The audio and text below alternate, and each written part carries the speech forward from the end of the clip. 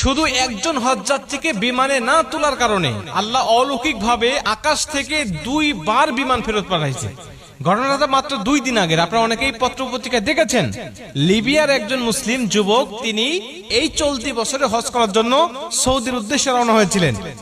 উনি যখন immigration pass করে, বোর্ডিং পাস করে যখন তিনি চলে আসছেন বিমানে উঠবেন, সর্বশেষ যাত্রী তিনি বিমানে ওঠার জন্য, উনি যখন উঠবেন তখন সিকিউরিটি গার্ড তাকে বলছেন যে আপনার পাসপোর্ট জনিত সিকিউরিটি ইস্যু রয়েছে, এর কারণে আপনি বিমানে উঠতে পারবেন না, আপনার হজে যাওয়া হবে না। উনি বলছেন যে আমাকে যখন বাধা দিল আমার মধ্যে কোনো হতাশা কাজ করতেছিল না, কারণ আমার মধ্যে প্রবল ইচ্ছা আর আগ্রহ ছিল যে আল্লাহ অবশ্যই আমাকে মক্কায় নিয়ে যাবে, আমাকে হজ করার জন্য নিয়ে যাবে। সিকিউরিটি গার্ডের আমাকে সান্ত্বনা দিতে লাগলেন, দেখেন যে আপনার সমস্যার কারণে আপনি যেতে পারবেন না, আল্লাহ বাঁচায় রাখলে আপনি আপনার সামনেবার যাবেন। তো উনি বলছেন দেখেন আমি হজ করার জন্য নিয়ত করেছি এবং বাসা থেকে বের হয়ে আসছি, নিয়ত করার দায়িত্ব আমার আর নিয়ে যাওয়ার দায়িত্ব আল্লাহ পাকের, অতএব আমি যেহেতু এখান পর্যন্ত চলে আসছি, আপনারা বিশ্বাস করেন এই বিমান যাবে না, আমাকে না নিয়ে এই বিমান যাবে না। উনি কথাটা বলতে বলতে বিমান স্টার্ট হয়ে গেছে, দরজা বন্ধ করে দিয়ে চলে গেছে। আকাশে যখন উড়ে চলে গেছে হঠাৎ বিমানের মধ্যে সমস্যা, যান্ত্রিক ত্রুটি, তখন বিমান আবার ব্যাক করছে। ব্যাক করার পরে তারা দরজা না খুলেই, পাইলট দরজা না খুলেই আবার এগুলো ঠিক করেছে। ঠিক করার পরে আবার বিমান উড়ে চলে গেছে। আবার যখন উড়ে চলে গেছে একই সমস্যা, বিমান তো অবাক, আমরা ঠিক করলাম, ভালো বিমান নিয়ে আকাশে উড়লাম, আবার ত্রুটি দেখা দিল, আবার গিয়ে ঠিক করলাম, আবার চলে আসলাম, আবার একই সমস্যা দেখা দিল।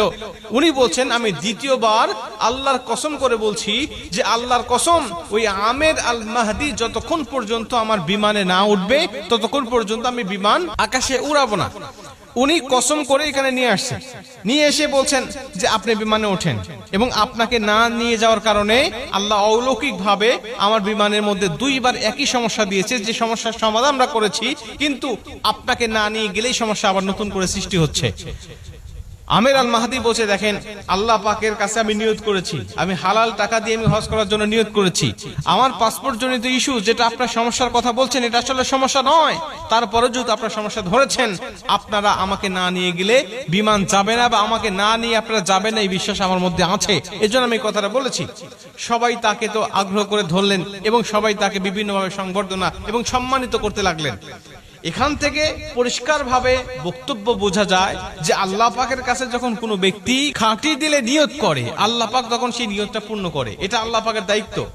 বান্দার চেষ্টা যখন শেষ, আল্লাহ পাকের সাহায্য তখন থেকে তার শুরু হয়ে যায়।